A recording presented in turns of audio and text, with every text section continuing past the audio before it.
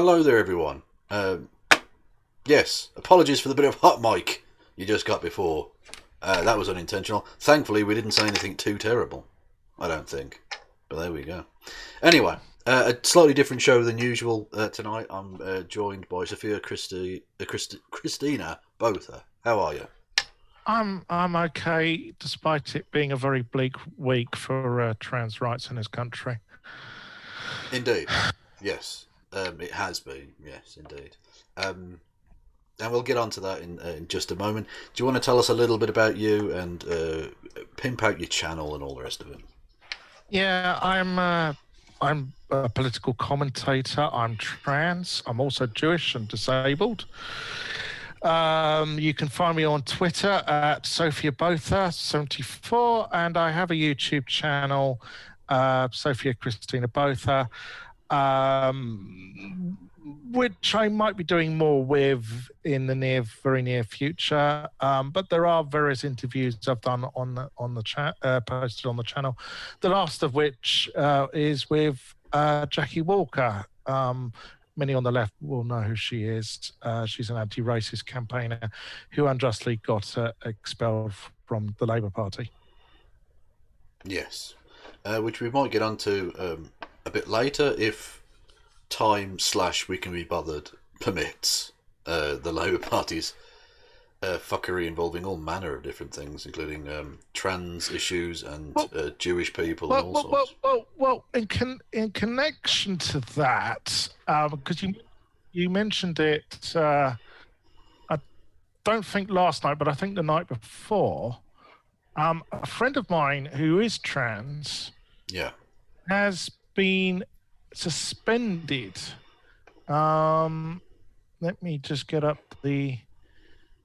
Is this suspended from the Labour Party, is it? Well, they've been suspended from LGBT plus Labour. I don't know if they've been suspended from the actual party. Okay. So here's the tweet. Several members of LGBT Labour plus Transaction, which is the trans caucus in LGBT Labour, stated they went to the Jewish Labour movement conference on the day of United Nations Day of Solidarity with Palestinian people. Yeah, I asked why that day, and that it was like TERFs holding their conference on Trans Day of Remembrance. Yeah. Now I've been suspended. I quit. LGBT Labour. Is Blairite. Yeah, my experience, I actually sat on the national executive of LGBT Labour for a year, and I can tell you from the off, they never wanted me around. They didn't want, someone who is disabled and Aspie, and they certainly didn't want someone who was trans, or shall we say, someone who was trans and might actually, say something. It's not LGBT. I've never found LGBT Labour that friendly, unfortunately. Yeah. Oh, that's a real shame. Yeah. And just one other thing to pick up on something you were saying last night about the Sammy Davis Jr. I should point out. Can I just time out before you get onto that, just so I can cover my own self here? I wasn't literally either talking about Sammy Davis Jr. There was a black guy who looked exactly like Sammy Davis Jr. who was part of the crazy far right thing in America. So yeah. I was gonna say I've actually seen a video where he was hanging out with Alex Jones. They were doing some sort of protest at the Georgia State House. But the real Sammy Davis Jr. wouldn't get on that stage, not because he's black, but because he was Jewish. Because you just know that, all the Trumpian fanboys, they don't like us Jews. They think, we control everything. Yes, yeah. To which the obvious reply is, well, why do they keep getting slaughtered if they run everything? That seems a bit incongruent. Yeah. Well, the one is always, if we control the world economy, why is it that, I've got £20,000 worth of credit card debt, and Ben Shapiro, supports Trump. Yeah. He's a capo. Indeed. But anyway. Yeah, I think it was a misspeak when you said a Jewish. Someone thought that was very funny. No, I should explain. Sophia is Jewish themselves, or of Jewish. Yeah. Well, I can't speak to your particular religious views, but you're of Jewish extraction. I'm of Jewish extraction. I'm not a practicing Jew. No. Yeah. No. No, that's fair enough. Yeah. Anyways. Yes. Yeah. I mean, the Labour Party thing is annoying. Anyway. But we should probably get to the main focus of why we're discussing trans issues today, which unfortunately I did touch upon in my rather rambling and unintelligent way, I suppose, on Monday when it actually happened. But do you want to give us a brief outline of the story involving the UK High Court and its ruling that basically has stripped rights away from trans kids? Well, yeah. Kira Bell and one other patient took the Tavistock clinic to court for having put them on hormones. Now, the thing is, the BBC report said experimental hormones. Well, you'll see in the Newsnight report we'll go through, Susie Green states that this is actually not experimental. These puberty blockers have been used in Holland since the 80s, and Holland has, in the past, led the way in treating trans people. I don't know if they still do, but essentially now, because of this case and because the judge essentially found against the Tavistock clinic, the NHS has said they will not refer any trans teen to for puberty blockers. Yeah. Now, let's get something straight here, right? TERFs, or as they should be called, transphobes, because that's what they really are, they don't give a shit about the children. What they want is trans erasure. And I know some people say, oh, that's a really hyperbolic and bombastic thing to say. No, trans erasure isn't just, shoving people onto cattle trucks and shipping them off to death camps. It can happen incrementally. First it's a whole load of people screaming, what about the children? What about the children? And then next you'll find that they're saying, well, is it, the NHS is stretched for resources. Should they really be treating trans adults? This is how it goes. It's like that. Yeah, exactly. Yes. And I would say, look, I have nothing against Kira Bell. I have nothing against anyone who comes out as trans and find out that it's not for them, right? But it's less than 2% of people actually regret transitioning, right? And Kira Bell's experience is not, it goes against the statistics, shall we say? I can speak about my own personal experience. I knew I was trans when I was 4.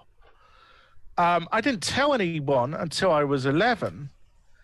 And I remember I told a social worker and they laughed at me.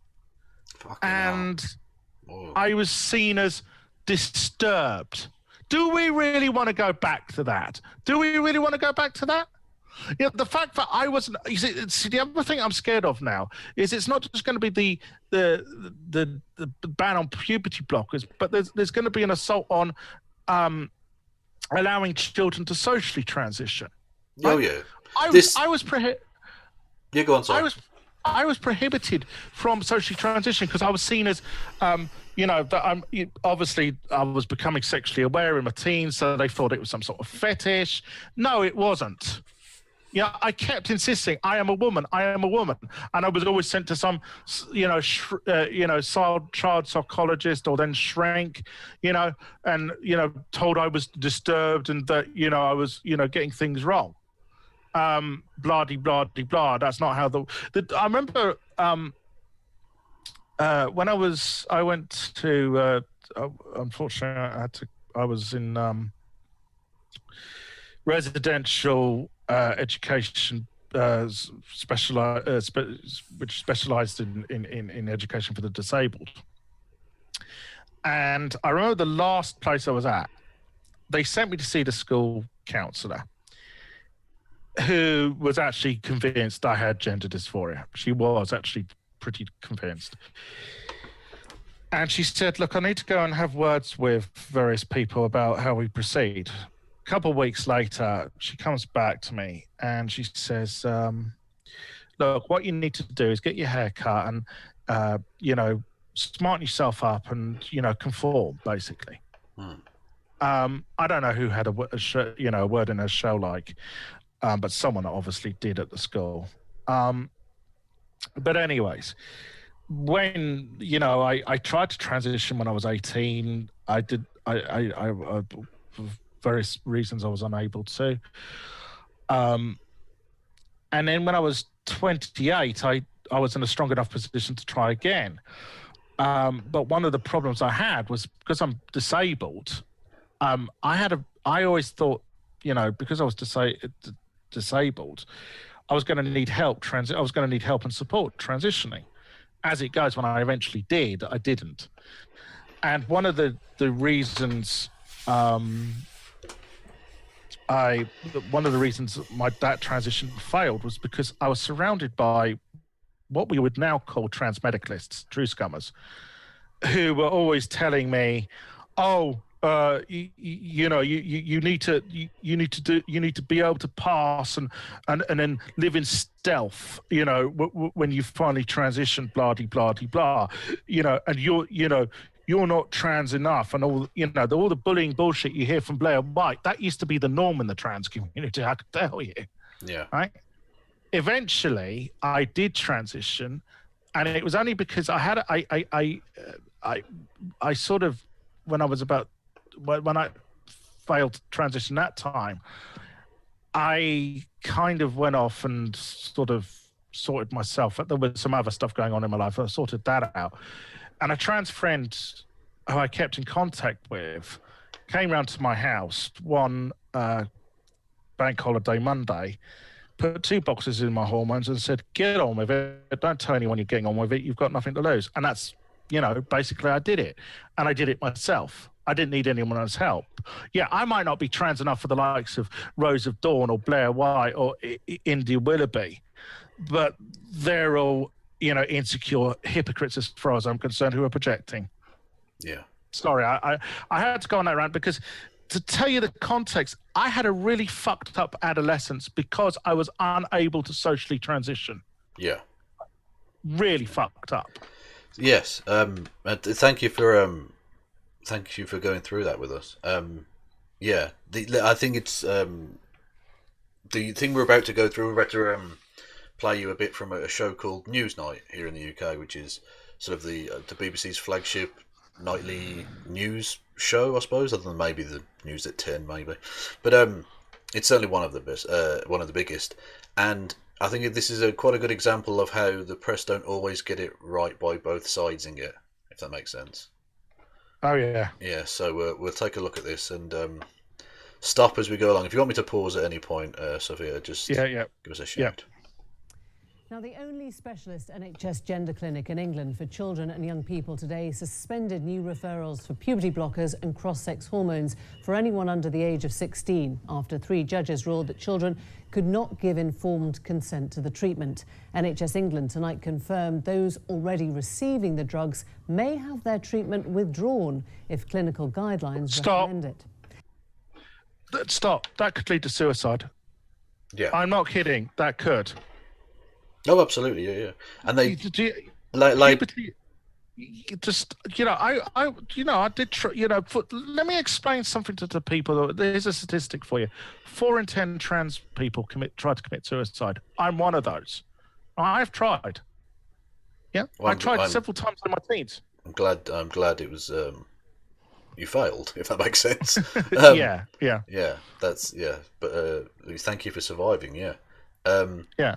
And they have the CEO of Mermaids, the fantastic trans youth charity, who people may remember were the charity that H. Bomber Guy did that crazy stream for with the Donkey Kong thing. Anyway, just to give it a little internet flavour. And she they have her on interviewed as like the last bit of the interview, and she literally makes that point. And Emily Maitlis, who's the journalist here, who's generally not that bad, but I can't imagine she must be proud of this because she argues the opposite. Which is I had an strange. encounter with Emily Maitlis once. Okay, how did that go?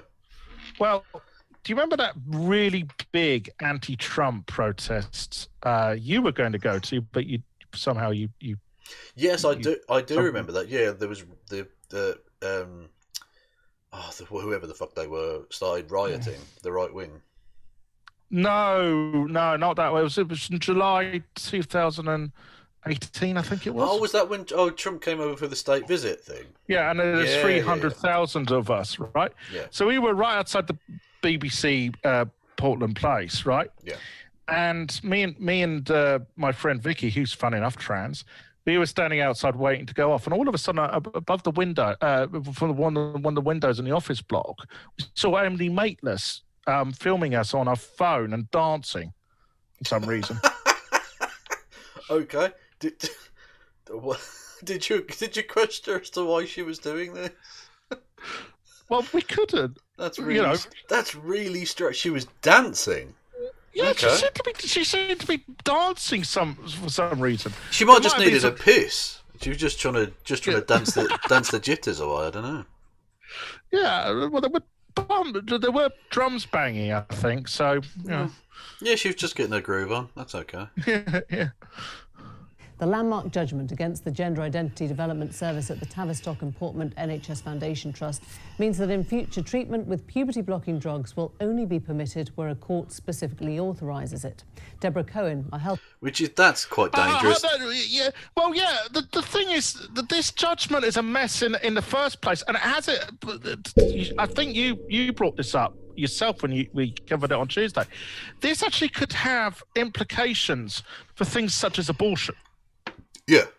No, absolutely. Yeah. No, this is the TERFs and their bigoted backers see this very much as the thin end of a wedge. Once they can take the principle of informed consent away from younger people, the things that they can do in terms of rolling back the medical rights of younger folk, and indeed, therefore, in some cases, probably adults as well, is pretty scary, actually. Yeah. And I should explain now. People need to understand this. TERFs are the equivalent to the KKK. They believe, just as the KKK believe in white supremacy, TERFs believe in cis supremacy. They call themselves gender critical. They're the least critical people of gender. Yeah. Yeah, their whole argument is penis and vagina, and that's it. Yeah, and the fact that a court has to now decide whether a teen could possibly take puberty blockers. I'm sorry, is our judges trained in gender treating gender dysphoria? No, they're not. Yeah, exactly. They're not the ones who should be making that decision. Exactly, and not just that, but at what point do we say, well, I'm sorry, medical decisions need to be made between doctors and patients? Why the fuck are judges getting involved? Yeah. When did they take it upon themselves to make that judgment call? But TERFs want that because they're able to then, because there'll be a court case, and they're able to put up witnesses who will, muddy the waters, shall we say. Yeah. And exactly, and a judge is always more likely, especially like you say, most of them aren't going to be experts in this. There aren't that many medically trained judges, because those are both, to be a high trained medical professional and a high trained legal professional is almost incongruent in terms of time.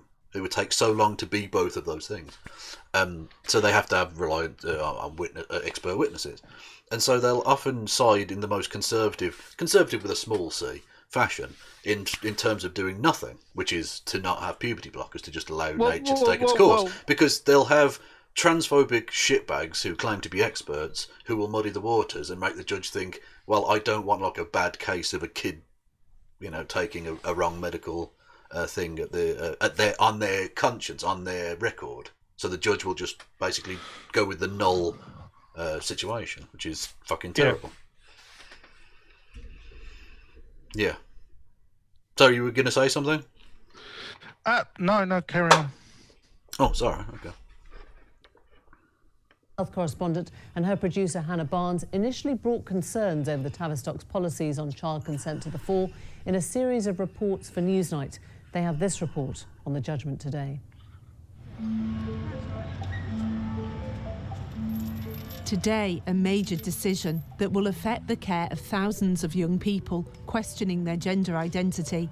The High Court ruled that children under 16 are unlikely to be able to give informed consent to undergo treatment with puberty-blocking drugs. The case was brought by Kira Bell, who'd been prescribed the drugs aged 16, against London's Tavistock and Portman Trust. Over the past 18 months, Newsnight has reported on a series of concerns raised about the Trust's use of puberty blockers. We've also... Yeah, you also platformed Graham Linehan, who's not a fucking expert in any way whatsoever, on that basis. Oh, yeah, there's a story about Graham Linehan. He tried to get back on Twitter posing as a gay trans man. Oh, God. He is fucking obsessed. He has a transphobic obsession. Yeah. Someone needs to stage a fucking intervention because, as far as I know, he's lost his job, he's lost his wife, he's lost probably a great deal, many of his friends, because of his obsession against trans people.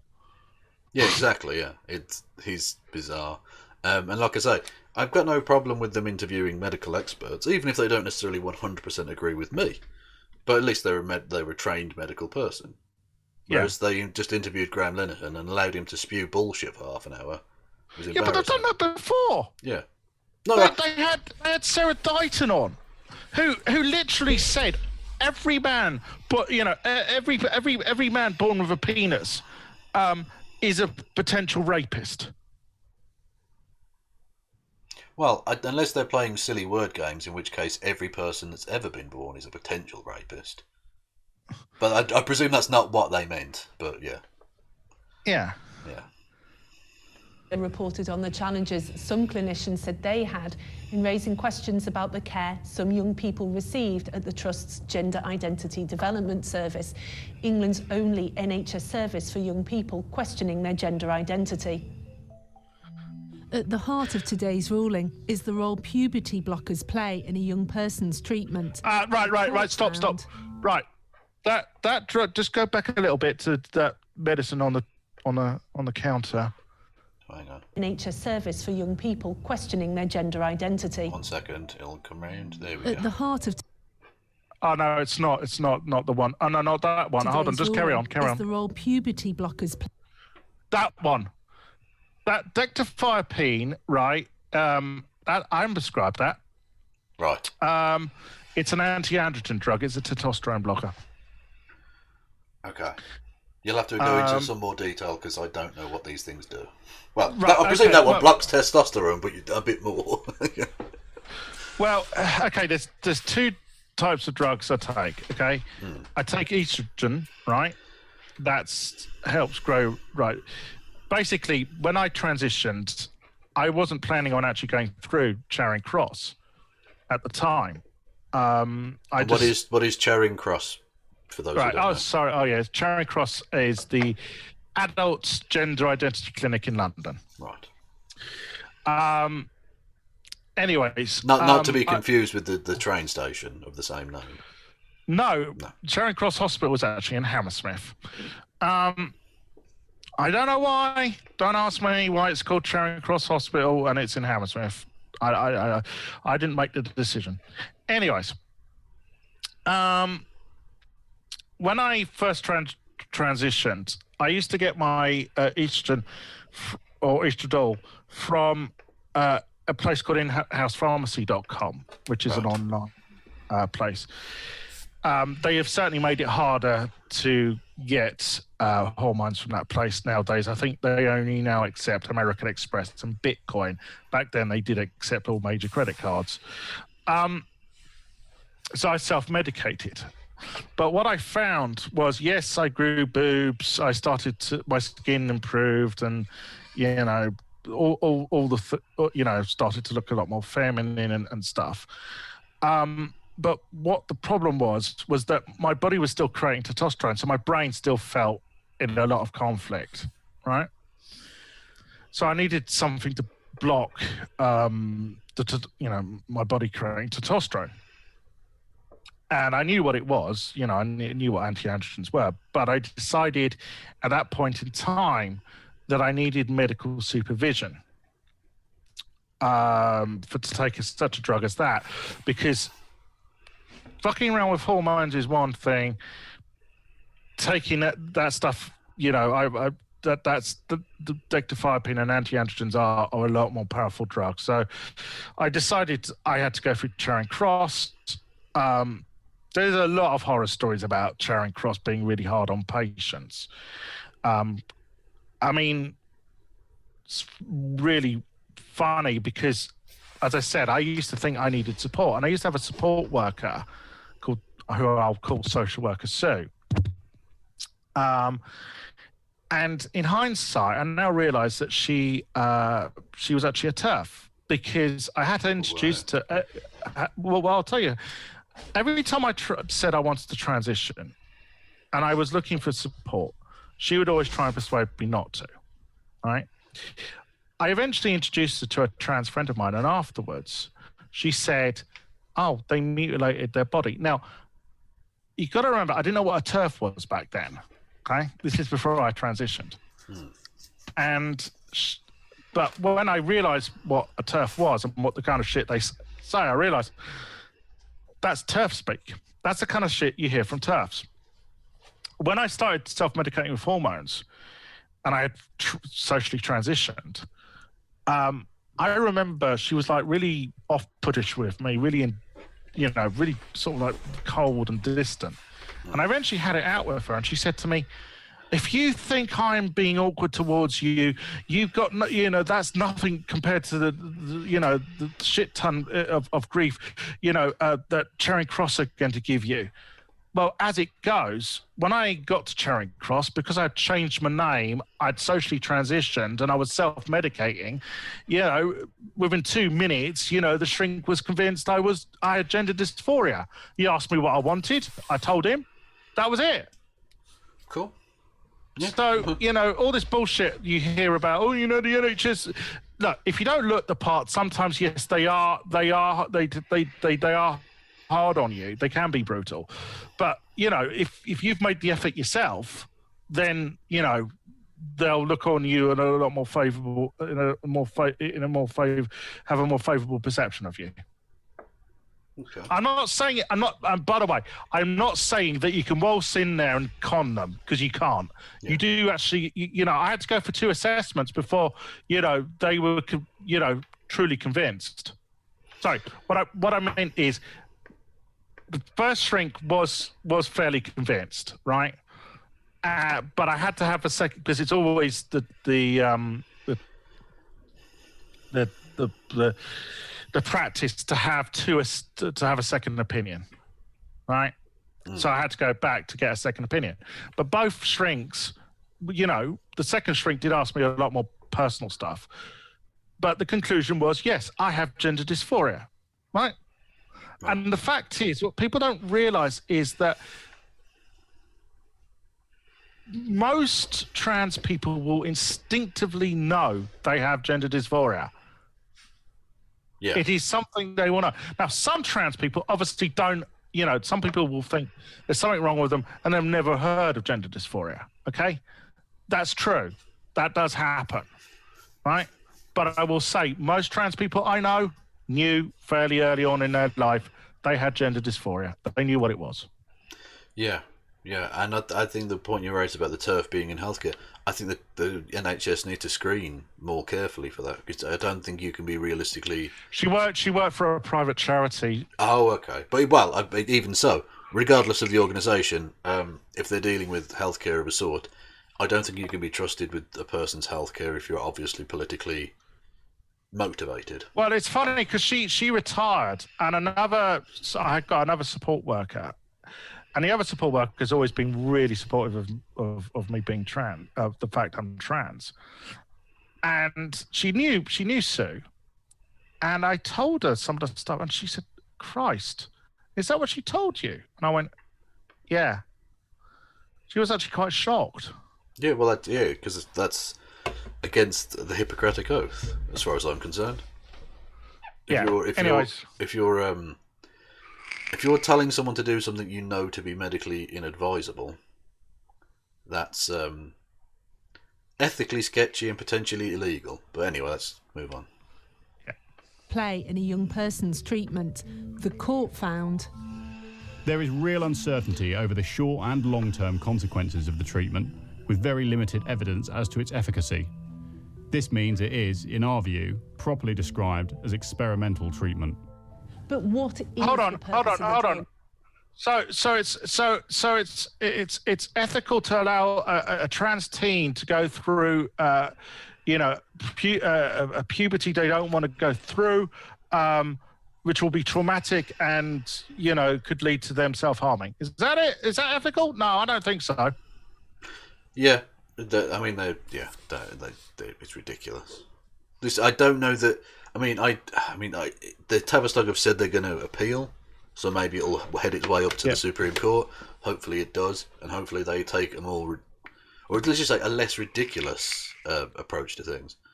By the way, if you're going to, I presume you're vaping, by the sounds of things. Could you do so slightly further from the mic, because it's quite. Okay. I keep thinking to myself, have I fucked up the audio? Sorry. Yeah. Is that any better? No. Not remotely. Never mind. If it's a thing, it's a thing. We'll deal with it. The Tavistock and others have long argued that puberty blockers. Also, the point I was making, they're going to appeal, and hopefully it makes its way up there, because most people outside, the only people celebrating this were like the far right and TERFs, and that's a very overlapping group. The LGB Alliance, who are an anti-trans... Well, actually, they're not an anti-trans. They're an anti-LGBTQ hate group because they don't support same-sex marriage. Why is that? They don't like trans people and they don't like same-sex marriage. Oh, it wouldn't be because they're funded by fundamentalist Christians, is it? And that they have Nazis supporting them. And they're astroturfed as fuck because the LGB Alliance Ireland found that they only had 4 members in Ireland. The other 70-odd were in Britain. Yeah.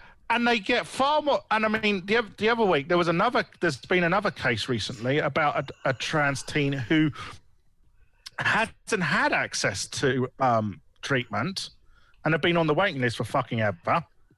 So they're taking the NHS to court. Yeah, and rightly so. And in the report, who did the BBC quote? Did they quote someone from a pro-trans activist group? Someone from Mermaids? No, they got a quote from someone from the LGBT Alliance. Mad. I can't believe that anyone would ever quote them. I cannot. That is the equivalent to writing a story about the Jewish community and getting the National Front for a quote. Yeah. We've got a quote from Stormfront about the Jews. That's fine. Yeah. Like, it's mad. By the way, TGG. I love you dearly, but I was not complaining that the audio was too quiet. I was merely complaining about the vaping into the microphone. So please, it's outrageous. I run a tight ship here. This is not the scuffed stream that you imagine it to be. It's fake news. Allow a young person time to think about their gender identity without the added distress of going through puberty. But the judges questioned whether it was that straightforward.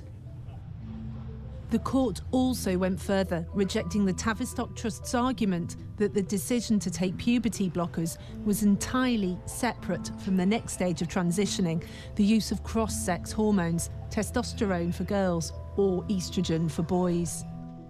The court said, the evidence that we have on this issue clearly shows that practically all children and young people who start puberty blockers progress on to cross-sex hormones. So what does it mean for informed... Well, nearly all trans teens, move on to cross-sex hormones. I wonder why. It wasn't because they're fucking trans. Yeah, that suggests to me that they're getting the diagnoses pretty well. If the majority of cases are going that way, that's like saying, well, we can't have chemotherapy because the majority of people who do chemotherapy go on to have their cancer cured. Like, yeah, that's the point. It's the reason they're putting them onto puberty blockers is to stop some of the damaging physical effects and to prolong. This is the whole point, right? The actual practical case, even if we ignore morality for a second, the practical case is they're saying that younger people cannot necessarily understand the ramifications of the thing. The reason that you have puberty blockers is it elongates the time period during which a person can judge for themselves and become educated on those ramifications. By taking that away, what you do is essentially say you're not allowed to learn about that. You have to there has to be a definitive decision now, and then you go through puberty or you don't.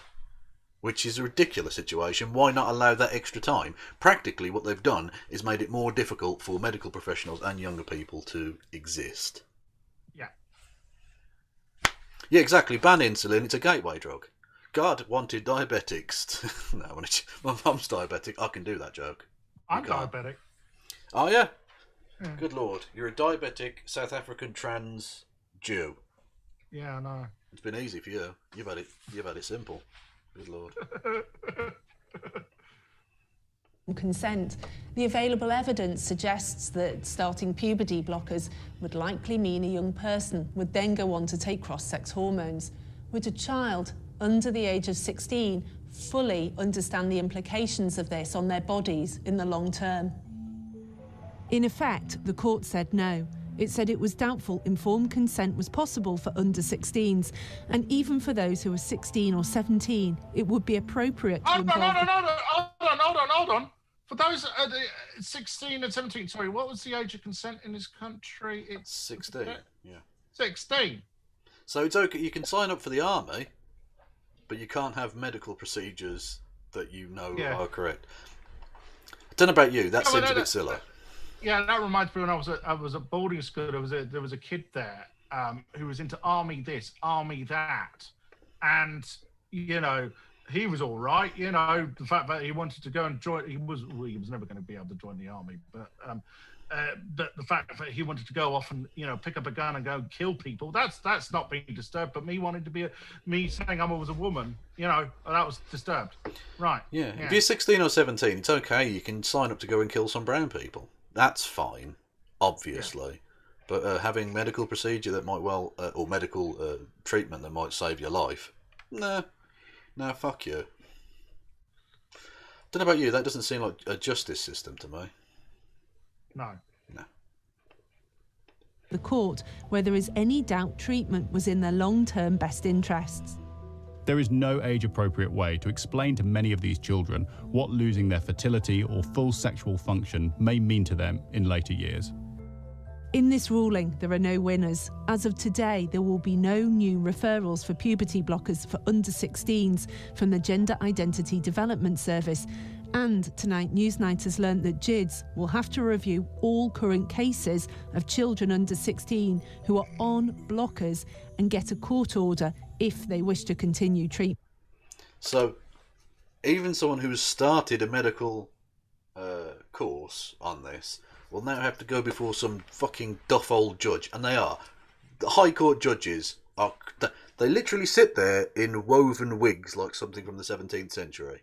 Powdered fucking wigs, right? Did you? I don't know if you're old enough. Do you remember Judge Pickles? I don't particularly. Hang on, High Court judge. Look, just for any Americans who think I'm crazy or I'm making it up, right? You type in High Court judge. Look at these dopey bastards.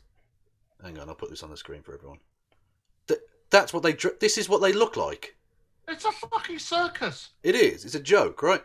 And these motherfuckers are going to sit in judge of trans people.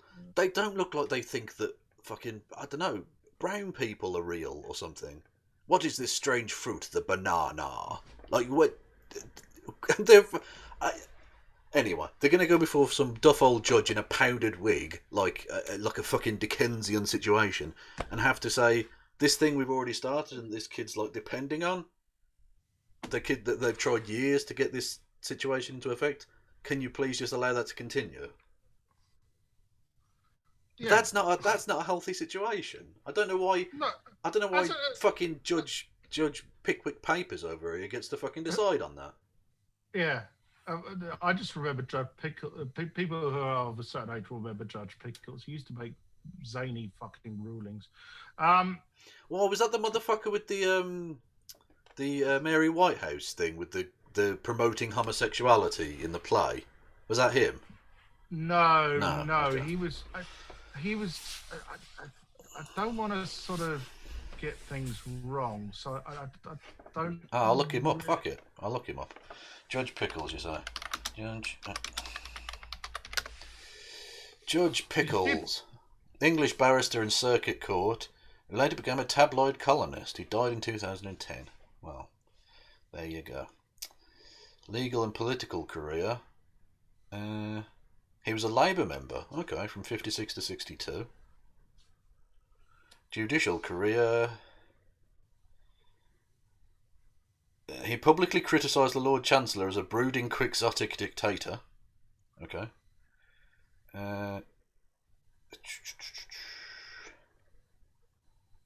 He imprisoned a 19-year-old single mother to 6 months on a charge of theft for letting her friends take goods.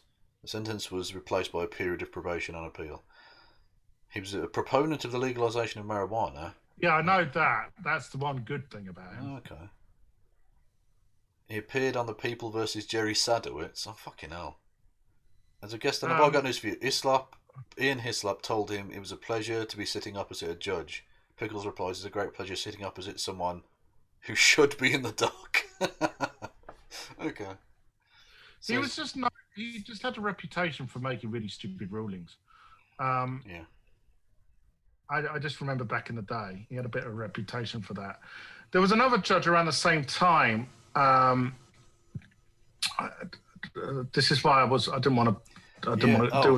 I mean, among his most controversial sentencing decisions was a case in 1989 when he sentenced a man to a period of probation after he was convicted of sexually assaulting a 6-year-old. Yes, it was. Yes, it was Pickles. Yeah, that's what I was thinking of. That's the ruling I'm thinking of.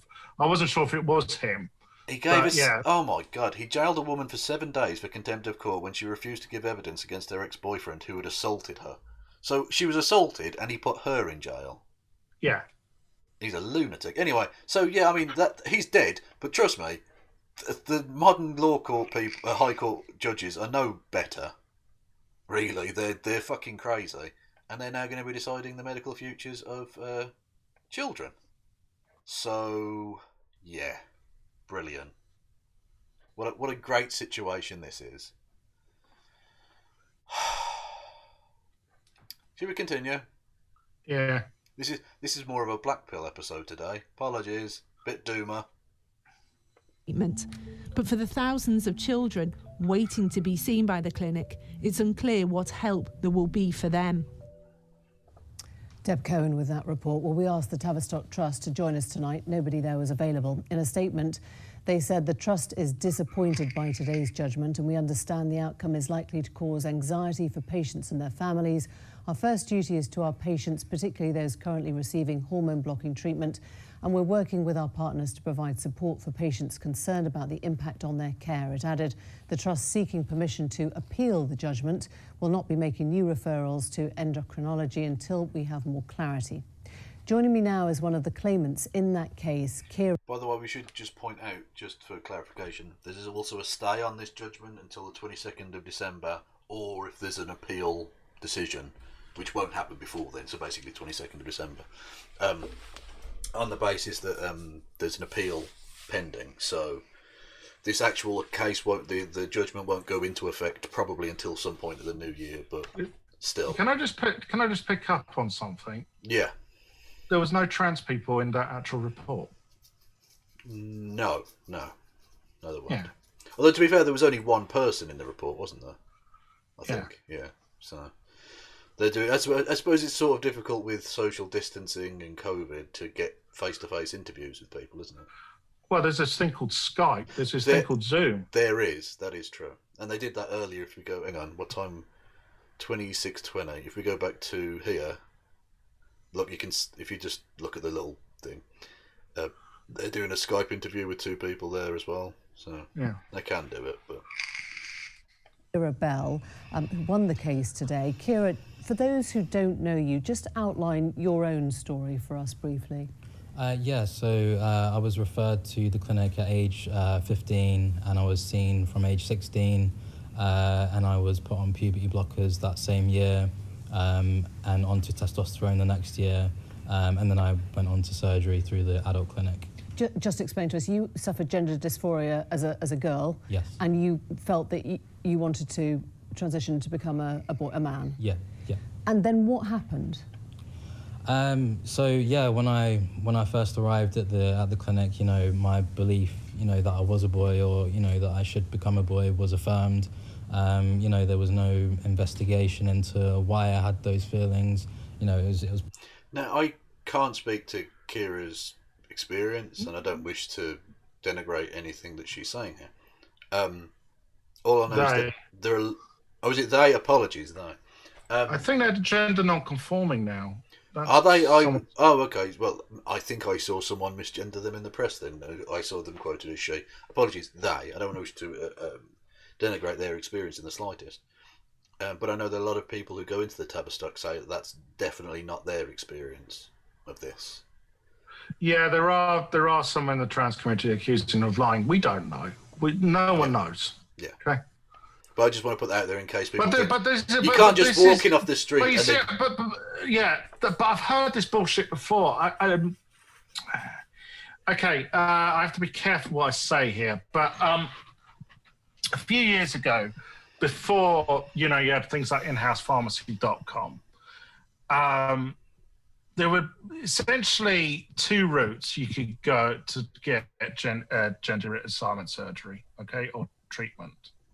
Right? One was to go through the NHS, which a lot of trans people didn't want to do because in those days they would give you a really hard fucking time for no apparent reason. And the other was to go through a guy called Russell Reed. Now, Russell, I was first diagnosed by Russell, funny enough. Who is that person? Dr. Russell Reed. He was a consultant shrink. He worked at Charing Cross, but he then set up a private practice, right, in Earls Court, and he was someone who wanted to help trans people. He generally did. Sure, he was in private practice. You had to pay to see him, but the guy has to earn a living. Anyways, there was an individual. I will refer to them as Kane, who went to see them. Now, this individual was extremely wealthy, okay? And they had surgery and everything, and then regretted it, right? Yeah. And they blamed Russell. And if I remember rightly, they unsuccessfully sued him, but then they got the GMC involved, and he was censured.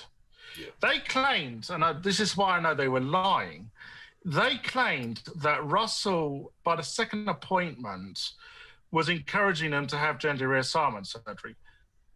No, that wasn't Russell's style. Russell would take the back seat. He would allow the patient to decide, if it was for them, okay? And I mean, he also used a diagnostic tool which was used at Johns Hopkins, obviously one of the top medical universities in the world, where he would put trans people onto hormones quite early. And the reason he would do this was to find out whether they're just a cross-dresser or if they are genuinely trans. The thinking at the time was that if a person's on hormones, obviously it's going to lower their sexual libido. So a cross-dresser obviously has a fetish for dressing up as in female clothes. They're not going to like that. That's what his diagnostic. Now that's controversial, but as I said, it was done at the Johns Hopkins. This was this was a practice at the Johns Hopkins. Yeah. Yeah, absolutely. I get the impression from a lot of people that this is overblown stuff, and that again, I don't wish to slight Kira in any way whatsoever. That if that did happen, that is an unusual occurrence. That's not usually how these things go down. Now, I just want to point out to the person in the chat who said, and I do want to be fair, because even though I think the BBC's reporting on this is fucking dreadful, as indeed most of the British media's reporting it, they say the BBC found a person to be a warning to the public. To be fair, the person on screen is Kira Bell, who was one of the what's it called, plaintiff in the case that they're talking about. So I think it's relevant that they're there, and they also did invite the Tavistock Institute, which were the defendants in the case, to be on the show. So I don't think it's quite that. The TERFs definitely are using Kira in that way, but I don't think the BBC are on this occasion. Well, I kind of think the BBC should have had a trans person on to counter Kira. Yes. Sorry, Although to be fair, they did invite the Tavistock people on, which, I mean, many of whom aren't obviously trans themselves. Yeah, but Kira's talking about their personal experience, right? Yeah. They should have had another trans person to talk about their personal experience. Yeah, absolutely. Yeah. What I'm saying. Yeah. I mean, to only have one trans person on the entire show, and for them to obviously be... Well, I'm not even going to say biased, because that seems unfair, but to have, obviously, a set opinion, which we already know, because they brought the case, so you know roughly where they stand already, you know? Yeah. Yeah. Yes. Are we good to go? Yeah, of course. Pretty much accepted from the get-go, and, medical interventions were spoken of quite quickly. So you went bullshit! No.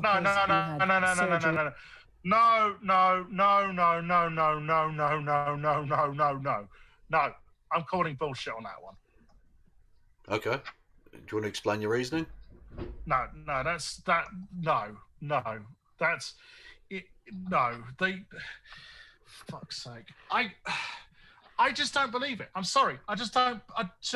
My experience is saying no. That is bullshit. Look, it's down to it's ultimately it is down to the individual. Okay. It's not. Yeah, sure. Sure. You have to get, to have surgery. You have to get a letter from 2 consultant psychiatrists. I know, blah de blah de blah. Yeah. But ultimately, you would want to, you feel you. Now I know what they're gonna. That they're young and they're naive and blah de blah de blah de blah. And sure, sure, but.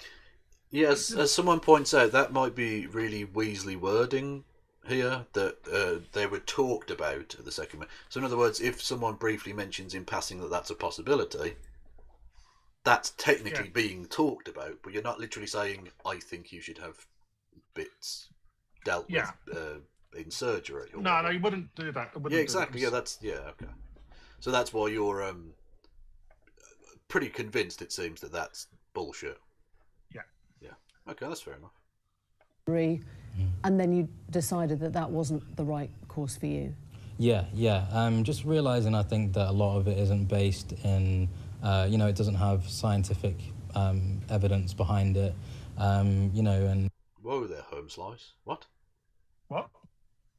It doesn't have scientific evidence behind it. You can say that... I mean, they usually at least say the science isn't settled. But to say there's no scientific evidence behind it is just a lie. Why do I get the feeling that you said they're being used by TERFs? It sounds to me that TERFs have been feeding them stuff to say. Yeah, well, I mean, they've been getting a lot of at least emotional support from TERFs. Whether they've been getting any other financial support, who knows? I remember. Sad story. A few years ago, there was a trans woman I knew called Hannah who was a wheelchair user and was quite severely disabled. Sadly, no longer with us. And when they went for a consultation for surgery, they were told because of their disability they weren't able to have surgery, and it really fucked them up, and they detransitioned. And they were getting egged on because they had a blog and whatever else. They were being egged on by, transphobes. Later on, of course, they retransitioned because they had gender dysphoria, you know, and sadly they died shortly afterwards. The TERFs will latch on. There's an old detransition. I forgot what their name is. You often find on things like Infowars, and it's like, you know, I lived 9 years as a woman. I was living a lie. Blah de blah de blah. Anyways. Yeah, exactly. Yeah. It appears this person has ingested rather a lot of TERF nonsense. Yeah. And just realizing that you know, it's not a healthy route to go if, you know, I can if I don't need to continue on with it. Again, not healthy if you don't need to. Yeah, that's what I was about to say. Yeah, well, they do say I, so... Yeah, but they brought a court case which is going to affect thousands of kids. Yeah. So, I mean, it's incredibly personal. It's very sort of you-specific. But in your case, you felt that they had let you have access to the drugs too quickly. Yeah. Is that right? Yes. And that you should have been denied that because you weren't making a sound judgment. Yeah, that's right. I was dealing with a lot of other mental health issues also, and, you know, a lot of past issues that hadn't been brought up, or, again, it wasn't investigated. So, there's always a lot of issues going on behind the scenes, you know, definitely in my experience. And I think, you know, with the current kind of, you know, trend that we're seeing of young girls being referred to the clinic. Trend. Yeah, that sounds turfy to me. That does sound a bit turfy. I mean, you can use that word to describe like a social thing, but again, it's sort of dog whistling toward that kind of trender. They're just doing it. It's a fad type thing, which is disgusting. The thing is, when they said there isn't much science to back this up, which is bullshit, by the way. The thing is, I was surprised they didn't say, you know, trans is just an ideology, which would definitely tell me that they're a TERF. Yeah, I have to say, because I hadn't seen this, because you sent me the clip of the mermaids thing, so I digged up the full thing. I genuinely, I'm not going to shit on Kira's experience because I don't know it, and I don't wish to cast aspersions or anything like that. But my opinion of them as an individual has gone from one of being, I'm not going to criticise that, blah, you know, so on and so forth, to I think this is a bad person.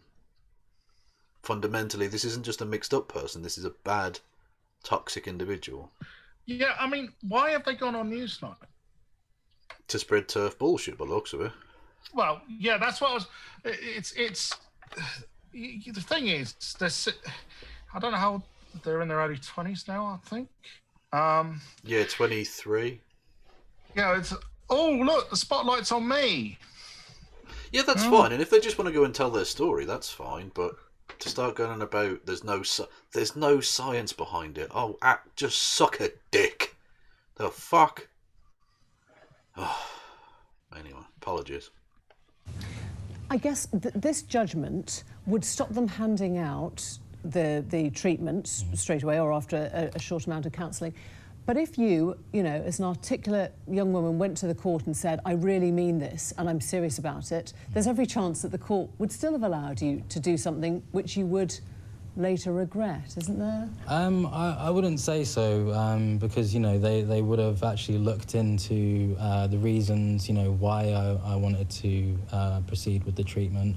And, you know, I'm sure that the mental health issues and everything that should have been discovered at the Tavistock would have been brought out in the courts. There will be thousands of young people tonight who will be terrified by this judgment, as you know, terrified that this will stop them living the life that they need to, be incredibly distressed because something that didn't work for you may still work and be very important to them. Yeah, I mean, I think when we're dealing with the topic of mental health, you know, obviously emotions will be running high, and I understand that, you know, I would have been in the same position. But it's not just mental health. No, it's biological. Yeah. Like, I mean, to be fair, she did say anxiety, so I suppose that plays into it. But again, it's just You get that sense. They don't seem to care.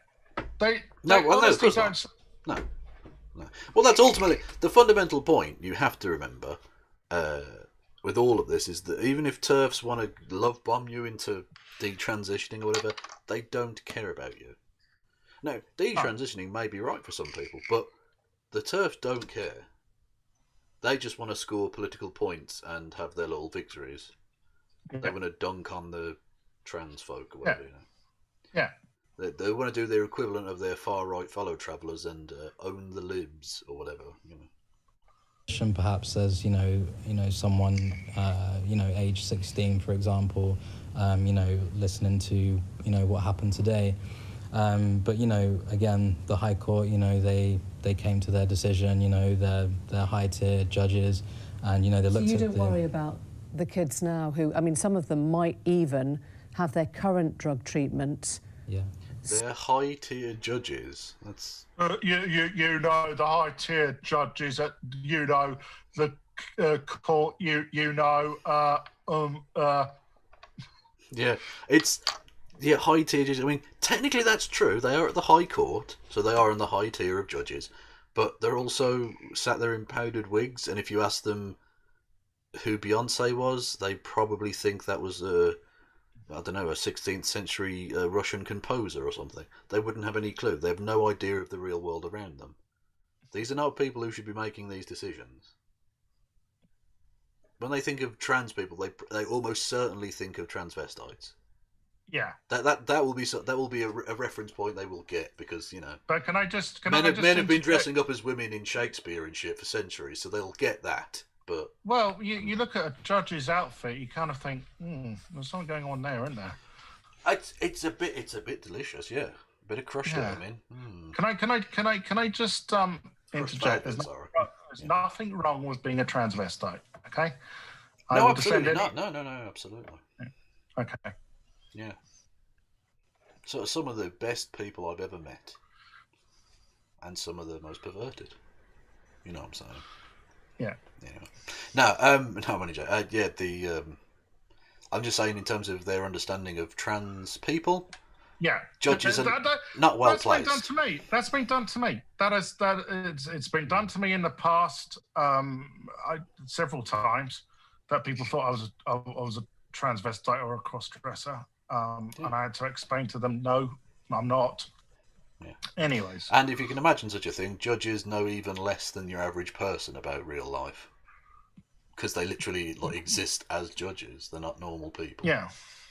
Now that's good in a way, because they're detached from maybe some of the more emotional aspects of it, but it also means they don't understand how society has progressed and how science has progressed. Whatever. Yeah. Stopped.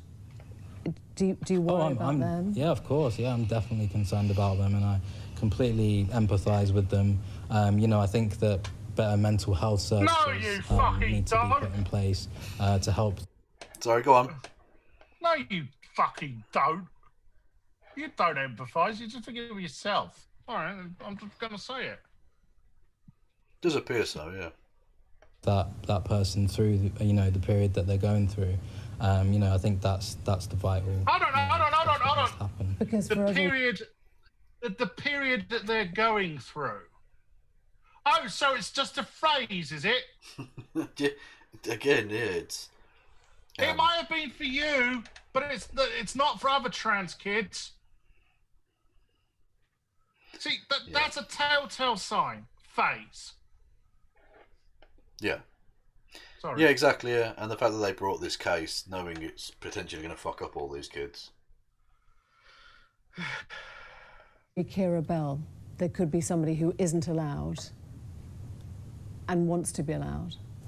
Yeah, absolutely. But, again, the High Court, that's the basic gist. Came to the conclusion that it isn't possible for particularly the High 16s Court to consent to that treatment.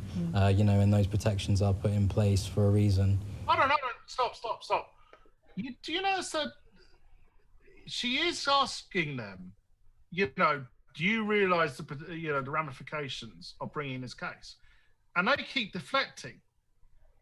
They keep saying, it's the High Court. Well, it wouldn't be the High Court if you hadn't brought the case. Yeah, exactly. Yeah, you can't say it's the High Court's fault when the case was literally called Bell versus Tavistock. You're the Bell here. Yeah. Jesus Christ. Yeah, that is mad. Absolutely fucking mad. And again, they don't give two fucks about the people they're shitting on. I mean, they seemingly, like, I was prepared to give them the benefit of the doubt initially, until shown otherwise, which I have been conclusively in this interview, that this person was just a mixed up person who genuinely cared for getting this right, getting this issue correct. But I just disagreed with them or something, whereas it seems to me that they're just wanting to push a kind of turfy line on this. We've seen it with the use of words like a phase they're going. Oh no, what was the exact phrase they used? To be fair, I can't remember. It was a phase. It's a phase they're going through. A period. The period they're going through is I think the phrase they used. Also, they used the term trend. Yeah. Yeah, trend and stuff like that. It's sorry, this is a turf we're looking at. Well, actually, I'm not sure they're a feminist, but they're certainly trans exclusionary, whatever that, Yeah. Kirabel, thank you. Thank you very much for coming in. Let's speak now to Susie Green, the CEO of Mermaids, a charity which supports transgender children and teenagers and their parents. Susie Green, NHS England have said tonight that they welcome the clarity that this judgment brings, and they have amended their service specifications, even including those who are actually on blockers, and they'll be reviewed starting immediately. Your response?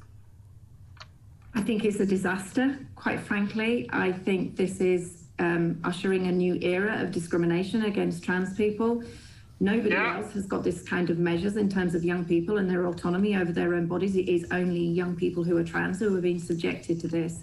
And I can't go into individual instances because obviously that would violate people's privacy, but we've seen today the devastating impact that this judgment is already having and will continue to have over the next few months and years to come.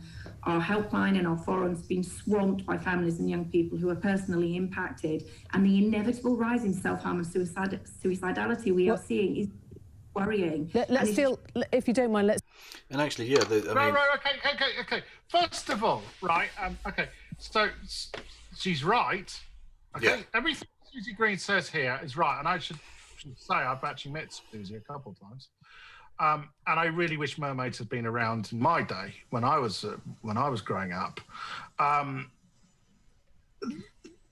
The other point I'm going to the other 2 points I'm going to make.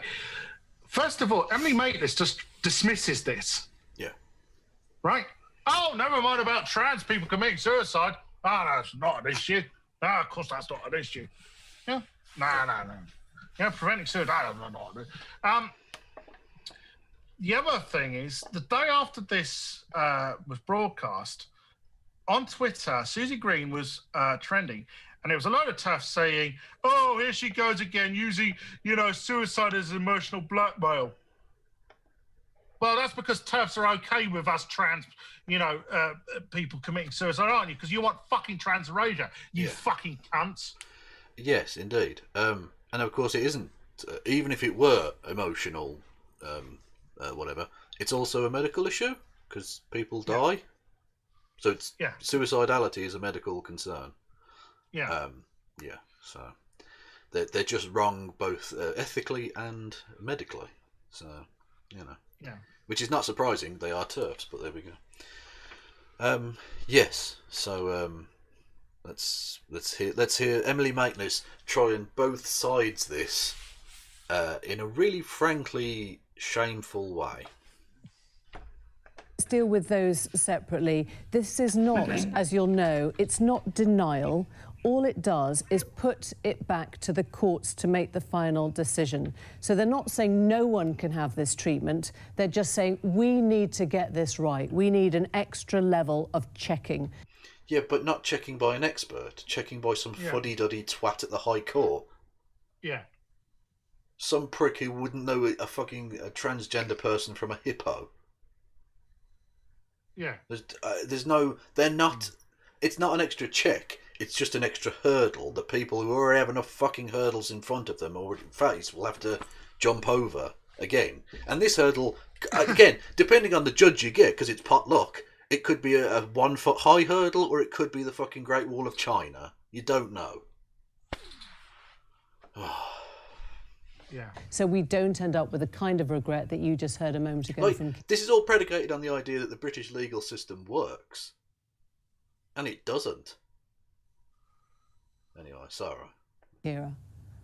Yeah, but you've got to appreciate that Kira's experience, although obviously valid, is not representative of the vast majority of people who go through this process. There's less than a 1% regret after trans... Just play that a little bit again so that people can hear that.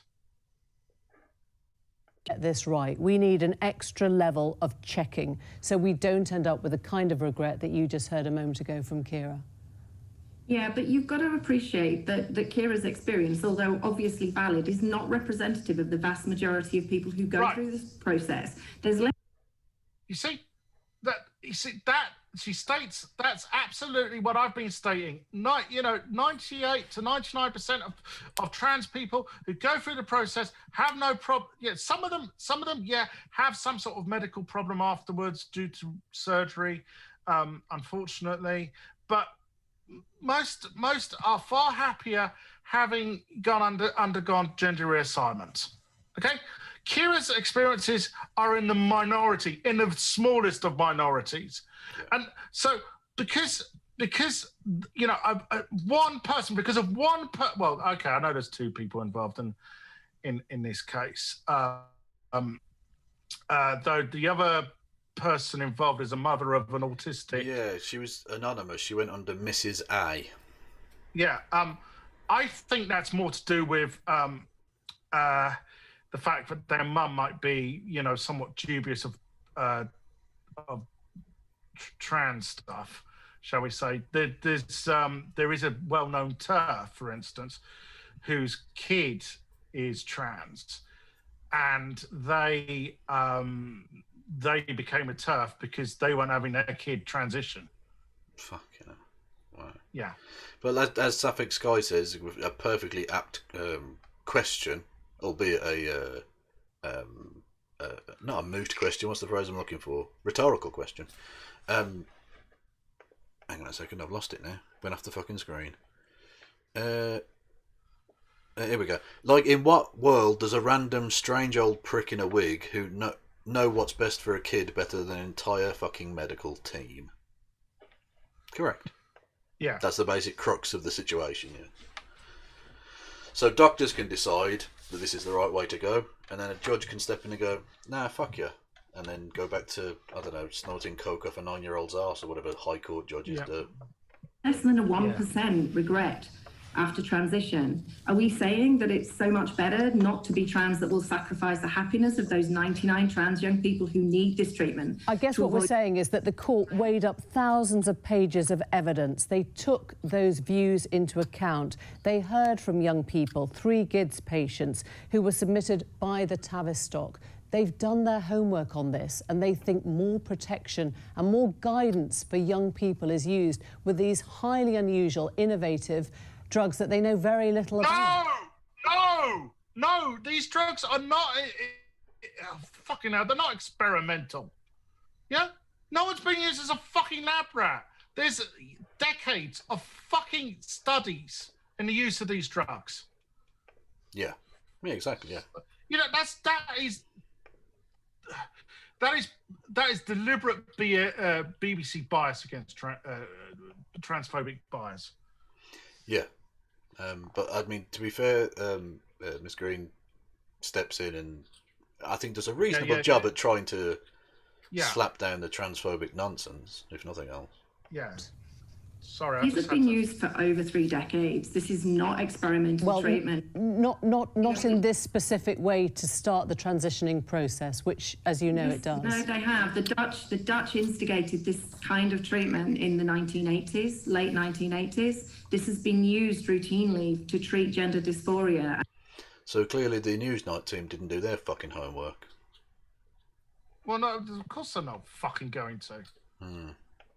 I'm telling you, the BBC on their LGBTQ page, someone told me, I haven't looked myself, they've removed a whole load of trans charities from, referring people to those trans charities, including, funny enough, mermaids. Yeah. The BBC is trying, just to tell people, right? There are no media outlet in this country, major media outlet, mainstream media outlet, has an editorial position which is pro-trans. Yeah. It doesn't massively surprise me because a lot of the old second wave feminists who would essentially become TERFs. I mean, they were always sort of anti-trans in a way, but less openly so. Have now grown to the age and position of authority where they're getting, editorial positions and heads of department positions. They're at that kind of age, if you will. And so you're starting to see the infestation of TERFism throughout the British establishment, which needs to be rooted out, frankly. Yeah. And to halt puberty for many, many years. This is not experimental, and there are so many studies out there that show how efficient this is, how much it helps young people, how much it helps them to live their lives. This is literally life-saving treatment that is now denied. I'm not sure that you can say it's life-saving because we know that any suicide is way too many. If there's one person who could say it's life-saving on this programme, it is Susie Green. Yeah. And she does, to be fair. Yeah. Yeah. Yeah. But again, just life-saving again. This is fundamentally the crux of things. People acting as if doing nothing is inherently, which I mean is the null position, because in medicine you don't intervene unless there's a reason to intervene. Obviously, you assume the human body works generally as it should. But doing nothing when you've got an issue like gender dysphoria or whatever, doing nothing isn't the wise course of action. Now, not necessarily puberty blockers or hormone blockers are. There could be a number of ways in which that can be treated. But doing nothing, which is essentially what they're arguing in favour of here, just do nothing, just allow them to go through puberty, isn't safe, because we know that suicidality amongst untreated trans young people, and indeed adults, is massively higher than in the general populace. So clearly the medically safe thing to do is not to do nothing.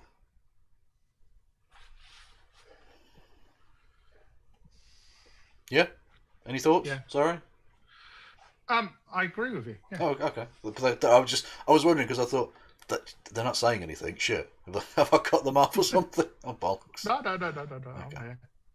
No strong evidence to support that this is either life-saving or that this increases the risk of suicide. GID's own website says, thankfully, suicide is extremely rare. So to say it is life-saving is dangerous. Exactly, yeah. Someone puts out in the chat. No, not exactly to what Emily Makeley said. To the person in the chat who says, if you have a diagnosis of heart failure, doing nothing is literally killing the person. Yeah. Yeah, absolutely. It's different territory.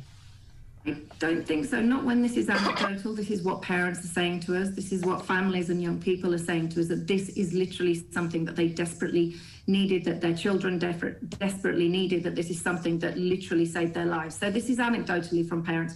I've been working in this field for like over 21 years because, and I've seen literally thousands of families. And I have seen. And when she says anecdotal here, usually you would mock the concept of bringing up anecdotal evidence. But considering this is dealing with the lives of, especially younger people, it's much more difficult to quantify. So the only way you can is by exploring suicidality happens inside your fucking head, basically. Or, well, chemicals, but the actual thoughts are in your head.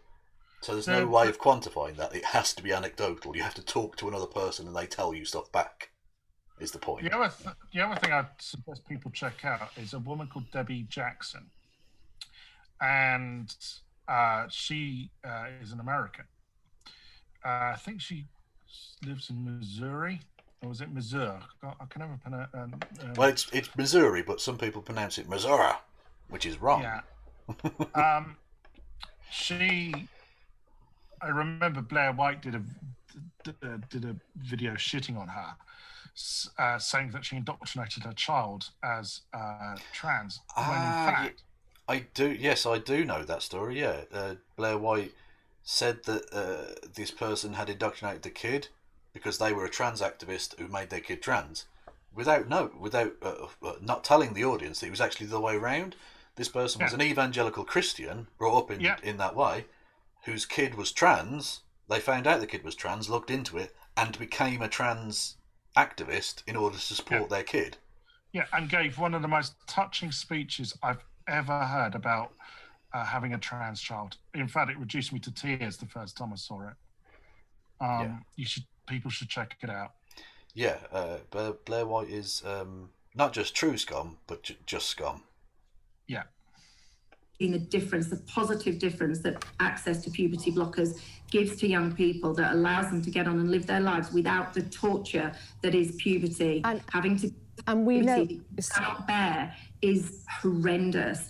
And this now is basically going to force potentially thousands of young people to experience that.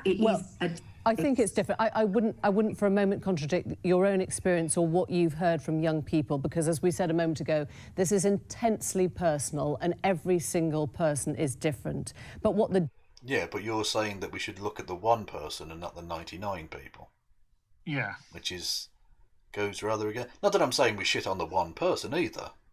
That's not the point. But, Yeah. Judges have said is that the evidence base for the treatment is highly uncertain. It's an experimental treatment. And even when I was speaking to the Tavistock a year ago, Elizabeth Van Horn says the evidence is not gold standard. They do not have the evidence. No. No medical evidence is foolproof. All I'll say is the day after this, so this was on Tuesday, the day after this, so yesterday, they did a whole first half of the show was them waxing lyrical about the fantastic new COVID vaccine that's going to be rolled out in Britain at the beginning of January. Please tell me where the gold standard evidence is for this brand new vaccine that virtually no one's taken is. But what's the double standard there? Yeah? Well, yeah. It's disgusting. Though I do think anti-vaxxers are idiots. Oh no, they absolutely are idiots. But exactly, that's the point. I'm not saying you should be against this vaccine. From what limited testing there has been, it seems to work. Yeah. Fine, okay, grand, we'll go with it. But the point is, this exact same show with the exact same editorial team were happy to absolutely fucking froth at the groin with delight over the new COVID vaccine, which has way less science behind it than this medical procedure that they're shitting on the day before. Yeah. Yeah, there's a lot more peer-reviewed evidence to say that the treatment of trans children with puberty blockers works. Yep.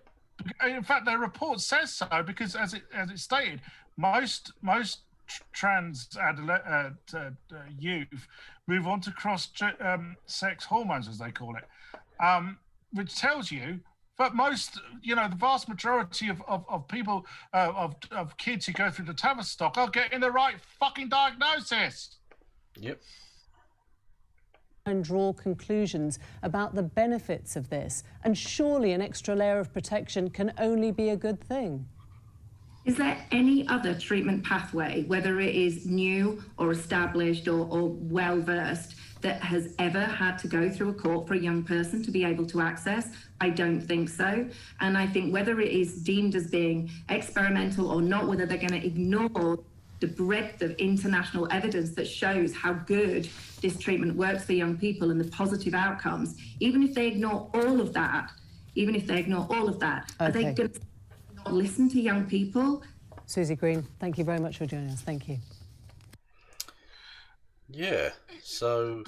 Despite the fact that of Newsnight's transphobic bias, I actually think Susie Green did a really good job. Yeah, I think she absolutely did, in the face of... I mean, like I said at the start, I don't think Emily Maitlis is generally one of the bad journalists. She seems okay. But she can't be proud of that performance. Well, she's not as bad as Laura Koonsberg. Well, no, that's true, but I've passed solid logs of shite that were better than Laura Koonsberg. That's not a high standard. Yeah, but yeah, Emily Maitlis cannot be possibly proud of that performance. That was awful. By the way, why did they cut her off? It's a time limit thing generally. Yeah. It's like is it 40-minute show or half an hour show? 40 minutes. 43 years, so yeah, 40-minute show basically. So yeah. Although yeah, they did cut her off multiple times mid sentence. Yeah, which is pretty fucked up. But yeah, that was the thing. So again, the story is bad, and the way it's being portrayed in the media isn't great either. The British media are pretty shoddy. But I've got to just say that there's been a lot of bad news for trans people recently in this country. There was obviously we're getting all the shit from J.K. Rowling. In fact, actually, one thing I would also say about J.K. Rowling's diatribe is that she said there's a whole generation of, I think she was referring to lesbians more here, saying that they're being medicalised into thinking that they're trans. Well, she doesn't know the trans community, does she? Because she doesn't know the likes of Blair White, who, funny enough, defended J.K. Rowling. He goes around saying you're not trans enough to various other trans people because she's an insecure cunt who basically needs to piss on other trans people to make herself feel better, along with Rose of Dawn. I'm surprised you haven't done a manosphere on Rose of Dawn yet. I've basically stopped that series. I can't be bothered anymore. But yeah, Rose of Dawn is a terrible person as well. Well, she hangs out with Carl. Yeah. Oh no. Yeah. The garbage meets garbage. Yeah. And it's kind of like, hold on, Rose, you're hanging out with someone who sends rape tweets to a fucking female MP who is a survivor of sexual assault. Yeah, it's pretty disgusting. I take it, Rose, you're not a feminist then. Yeah. No,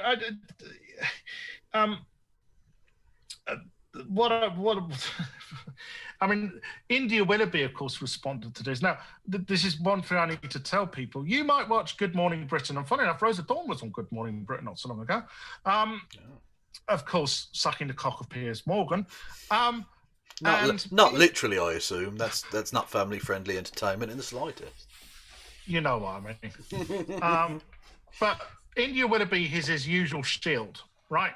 What I mean by that, it's a bit like, libertarians have tried to do this to me in the past. If they want to criticize Israel, give Sophia a ring, get her on some podcast, because she's critical of the Israeli government and she's Jewish. No, I'm sorry, I'm not a shield against anti-Semitic accusations of anti-Semitism. Thank you. But anyways, the point is that he uses India as a means to deflect accusations of transphobia because, particularly the interview he gave to Owen Jones, where he said that... he said, well, I've said this about trans rights and I've had India on the show and she agrees with me. India is one of the worst true scummers there is. I'll never forget what she did to me. Are we off air? No, just because I stopped sharing with you because we're not looking at anything. Right, sorry. Yeah. Basically on Twitter, a public forum, she said to me, she said, had I had surgery? And I said, no, I can't for various medical reasons, which is true. And she said, what are those medical reasons? Oh, I'm sorry. Am I meant to justify, to India Willoughby why I can't have gender reassignment surgery, which I dearly would want. Thank you very much. Yeah, I don't think it's anyone's place to be asking for your fucking medical history on Twitter. Yeah, but she comments. She often goes on Good Morning Britain, and she's basically shits on other trans people. I mean, I know that someone told me actually recently that she's now trying to pass herself off as cis. Oh wow. Okay. Yeah, so how much, one final thing, it's to do with Joe Biden. The one piece of good news is Joe Biden has been elected president. And I think he's going to get wanker's cramp signing all the executive orders come January the 20th. And one of those executive orders will be overturning the ban on trans people serving in the military and reintroducing protections for trans students on university campuses, which means that'll put Caitlin Bennett out of a job. Ha ha. No, seriously. I actually. Well, could I just, for anyone, for the Americans watching, we should probably explain what wanker's cramp is.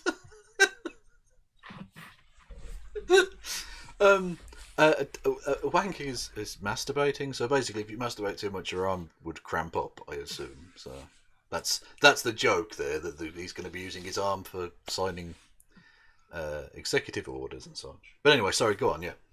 Well, we don't know. He might wank with the other hand. Well, he's president. He can probably get some pussy, I reckon. No, seriously. I went through a trans friend in America. We went through Trump's record, and this is just like a couple of days before the election. And I said, if Trump gets it, there was stuff in there, and I was saying to her, right, when Hitler came to power, he didn't just start killing Jews. It was incremental. Yeah. Right? And she was reading through all these measures, and I was going, if he gets re-elected, it wouldn't be long before LGBTQ people had to wear a pink triangle in public. Right. That's the way it was going. And I've had criticism from the left about, Biden's milk toast liberal. He's nothing but a red Tory. Oh shit! You have to explain what red Tory is to Americans. I don't know, like a Democrat in name only or something like that. Well, yeah, but he has put LGBT equality at the centre of his platform, and I don't think he'll go back on it. Honestly, I don't. Whether he'll bring in economic justice, that's another matter. I don't think he will.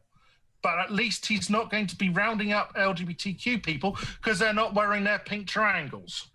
Yeah, that's, I think, the good thing about realistically the only good thing about like the neoliberal Democrat people in America is that they will follow through on some of the social stuff, even if, like you say, economically they're going to be very, very milquetoast at best. Yeah. But yeah, I don't see that they're going to want to shit on trans people. There's no need for them to do so. No. Like, Trump does it because it suits his base. I don't think Trump actually gives two fucks about any of the people he fucks over. He's a hateful prick, but if he could get more money and power supporting trans people, he probably would. Well, he did. There was, I forgot what her name was. He's just a grasping bastard. He owns is it Miss World or Miss Universe contest? Well, he used to own both, but I don't think he currently owns either. But yeah. But there was a trans entrant, and she was going to get thrown out before he intervened, and he allowed her to compete. I guess that's probably because she gave him a hard on. Probably, and it was probably really good free advertisement because that's going to get in the media. Yeah. And again, Trump cares about making money and being powerful and loved. Yeah, and have you explained to people the reason why he doesn't want to leave the White House? The real reason? Oh, because he's going to. Well, I don't think he will ever end up in jail, but he's certainly in a lot of legal and financial trouble when he does. But that's it. No, yeah, he's liable for $420 million if he leaves office. 420, blaze it, yo. Sorry, go on. Yeah, it's not a business loan; it's a personal loan. Oh yeah, he's fucked. Yeah. And that's the thing. For all of the nonsense about he's a billionaire, no, he's not. We know how much tax he pays.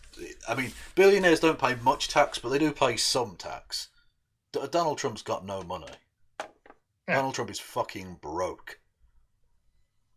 Simple. Yeah. All right. Well, it's lovely joining you, mate. Yeah. Should we end on the high note of Elliot Page? Oh yes, yes. I don't watch the Umbrella Academy, but I have seen the film Inception they were in. Yeah. Well, I And remember it's, Juno back in the day because I yeah, am old. But yeah, but they came out as trans with he, they pronouns, and yeah, that's just an awesome little story. That's just nice. It's good to see the trans people being represented at a high cultural level. I was just going to say one thing. I've always wanted to say this to you. You should actually grow mutton chops so that you do look like Logan. Oh, a Wolverine. Yes. Yeah. Well, I've already got the adamantium skeleton, so it would suit. Yeah, that would make sense. Yeah, absolutely. Yeah.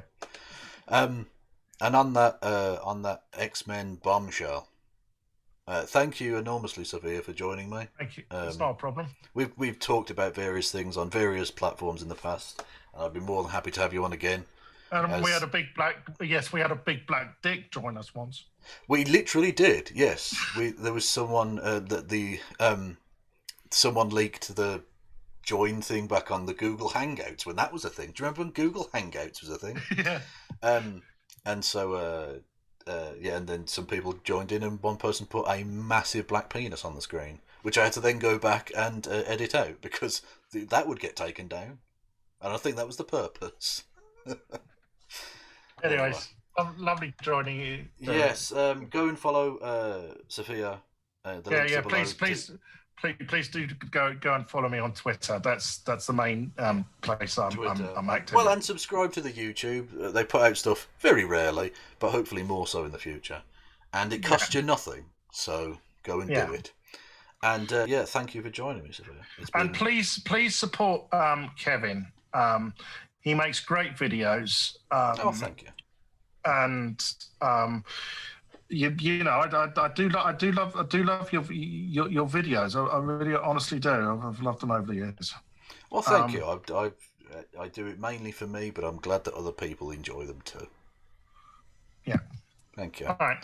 So yes, thank you to everyone for listening and watching. Go and follow the links as I said, and I'll be back tomorrow with Ms. Winters, Dr. Winters for Jesus Christ, Rudy Giuliani's Michigan Madness. Oh yes, yes. He seemed. I'll give you a sneaky peek. Basically, he holds someone in front of a committee who I'm sure he picked as some drunken Karen. He picked up at a truck stop. Oh no, she was. Well, I'll give you the inside scoop. There were 2 days, well actually just 3 because they're having a hearing today, although this one's boring from what I can say. But they had 2 days of hearings. They had one yesterday, one on Tuesday, which was fucking mental, with all various people. Then they had the Rudy Giuliani one, and this woman, I think her name's Caroni, is her surname, who appeared on both days, and she is a fucking lunatic, genuinely unhinged. Was accusing a Trump-endorsed Republican state senator of being a globalist who was against Trump and dealing with fucking with the electoral rolls.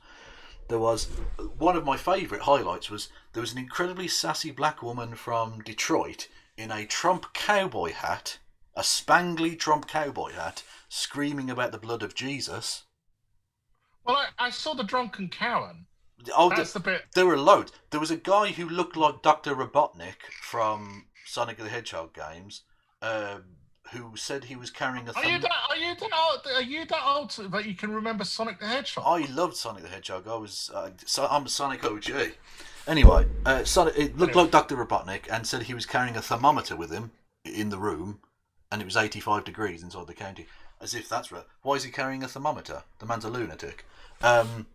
There was a guy who insisted on swearing himself in to testify, even though literally none of the people were under oath, but he put himself under an oath without swearing. Brilliant. I mean, some of the most crazy people. There was a woman who was an Indian immigrant, so from India, not like a Native American Indian, like an immigrant from India, who said that all Chinese people look alike, during which Rudy Giuliani started laughing. That's a racist trope. Oh yeah, absolutely. Yeah, no, incredibly racist. Rudy Giuliani audibly let out a fart at one point, which was fun. Yeah, this was one of the strangest things you will ever see, and I'm going to put together the highlights as a cringe compilation over the weekend. But tomorrow I'm going to be showing you, just via the timestamps on the thing, some of my personal highlights, and they're amazing. But are we ever going to get Christy Winters to debate Sidney Powell? I hope so. I hope to see them just for the shenanigans. I hope to see them together on a presidential ticket one day. That'd be amazing. That would be one of the most lunatic things you will ever see. That'd be brilliant. Yeah. I'd love it. All right. Yeah, so join me tomorrow for that. Same time, same place. 7 p.m. UK time, 2 p.m. on the east coast of Americana land, 7 a.m. in Fiji. And yeah, thank you for joining me, Sophia. It's not a problem. And good night to everyone else. No pass around. Yep. All right.